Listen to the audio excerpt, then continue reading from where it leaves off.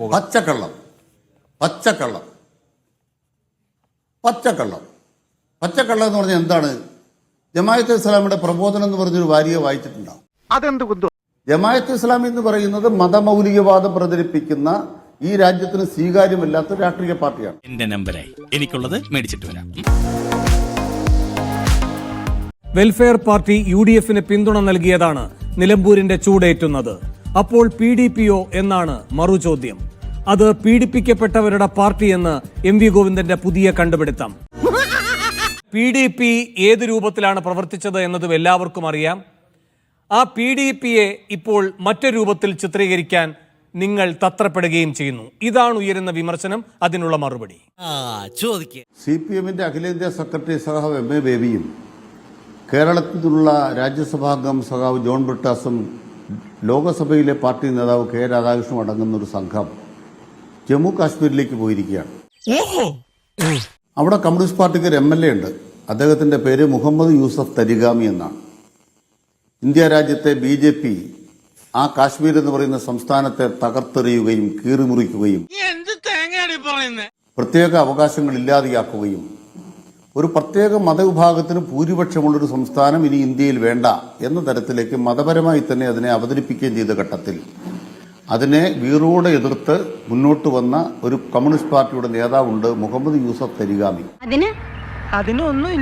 ആ തരിഗാമിക്കെതിരെ അവിടെ മത്സരിച്ചത് ജമാഅത്തെ ഇസ്ലാമിയുടെ ഒരു സ്വതന്ത്ര സ്ഥാനാർത്ഥിയാണ്, കാശ്മീർ ജമാഅത്തെ ഇസ്ലാമി. ആ ജമാഅത്തെ ഇസ്ലാമിയുടെ സ്ഥാനാർത്ഥി നിരോധിക്കപ്പെട്ട ഒരു പ്രസ്ഥാനമാണ് അവിടെയെങ്കിലും അവർക്കെല്ലാം സഹായം ചെയ്തു കൊടുത്ത് BJPയാണ്. അങ്ങനെ BJPയുടെ പിന്തുണയോടെ മുഹമ്മദ് യൂസഫ് തരിഗാമിയെ ജമാഅത്തെ ഇസ്ലാമിയുടെ സ്ഥാനാർത്ഥിക്ക് അവിടെ തോൽപ്പിക്കാനായില്ല. അപ്പൊ ബഹുമാനപ്പെട്ട വേണു പറയുന്ന മഴവിൽ അങ്ങ് കാശ്മീരിന്റെ മേലെയാണ്. ആ കാശ്മീരിന്റെ മേലെയുള്ള ആ മഴവിലിനെ തകർത്തെറിഞ്ഞിട്ടാണ് മുഹമ്മദ് യൂസഫ് തരിഗാമി നമ്മുടെ ഹിമാലയത്തിന് മുകളിൽ ചെങ്കുടികർത്ത് നിൽക്കുന്നത്. ബാബറി മസ്ജിദിന്റെ തകർച്ചയുടെ ഘട്ടത്തിൽ എന്തായിരുന്നു ജമാഅത്തെ ഇസ്ലാമി?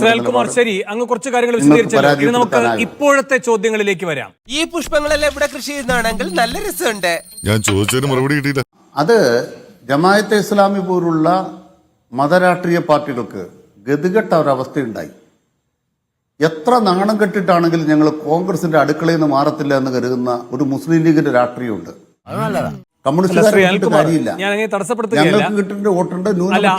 എന്ന് വെച്ചാൽ 2019 വരെ നിങ്ങളെ പിന്തുണച്ചത് അവരുടെ നിവൃത്തികേട് കൊണ്ട് എന്നാണോ അങ്ങ് സ്ഥാപിക്കുന്നത്? അല്ല, അങ്ങനെയൊക്കെ ചോദിച്ചു കഴിഞ്ഞാൽ ഇപ്പോ ഇല്ല, അല്ലല്ല, ഞാൻ പിന്തുണച്ചെന്ന് പറഞ്ഞിട്ടില്ലല്ലോ.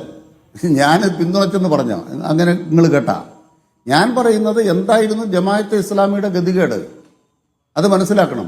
1980 ശേഷം മുസ്ലിം ലീഗിന്റെ മുന്നണി 1970 ശേഷം വിട്ട ചരിത്രമുണ്ട്. എന്തിനാ വിട്ടത്? 1980 ശേഷം മുസ്ലിം ലീഗിന്റെ മുന്നണി 1970 ശേഷം വിട്ട ചരിത്രമുണ്ട്. എവിടെയോ എന്തോ ഒരു തകരാറ് പോലെ. ഇന്ത്യ രാജ്യത്ത് അങ്ങയുടെ വാദഗതികളുടെ എല്ലാം തിരികല്ലായി നിൽക്കുന്നത് 92 ബാബറി മസ്ജിദ് ധ്വംസനമാണ് എങ്കിൽ അങ്ങയോടുള്ള വിനീതമായ ചോദ്യം, ഓർമ്മപ്പെടുത്തൽ, അടിയന്തരാവസ്ഥയ്ക്ക് ശേഷം അവർ വോട്ടെടുപ്പിലേക്ക് പങ്കാളികളാകുന്നു. ആ ഘട്ടം മുതൽ പ്രത്യേകിച്ച് കേരളത്തിൽ അവരുടെ പിന്തുണ കിട്ടുന്നത് ഇടതുപക്ഷത്തിനാണ്, CPMനാണ്. 92 അതിനുള്ള മറുപടി പറഞ്ഞു കൊടുക്കണ. പച്ചക്കള്ളം പച്ചക്കള്ളം പച്ചക്കള്ളം പച്ചക്കള്ളം എന്ന് പറഞ്ഞാൽ എന്താണ്? ജമാഅത്തെ ഇസ്ലാമിയുടെ പ്രബോധനം എന്ന് പറഞ്ഞൊരു വാരിക വായിച്ചിട്ടുണ്ടാവും. നിങ്ങൾ അതിൽ കണ്ടിട്ടുണ്ടോ? മാർക്സിസ്റ്റ് പാർട്ടിയെ ഫാസിസ്റ്റ് കക്ഷി എന്ന് വിളിക്കുന്ന ജമാഅത്തെ ഇസ്ലാമി നിങ്ങൾ കേട്ടിട്ടുണ്ടോ? ജമാഅത്തെ ഇസ്ലാമി എന്ന് പറയുന്നത് മതമൗലികവാദം പ്രചരിപ്പിക്കുന്ന ഈ രാജ്യത്തിന് സ്വീകാര്യമല്ലാത്ത രാഷ്ട്രീയ പാർട്ടിയാണ്. ഒരു സെക്കൻഡ്,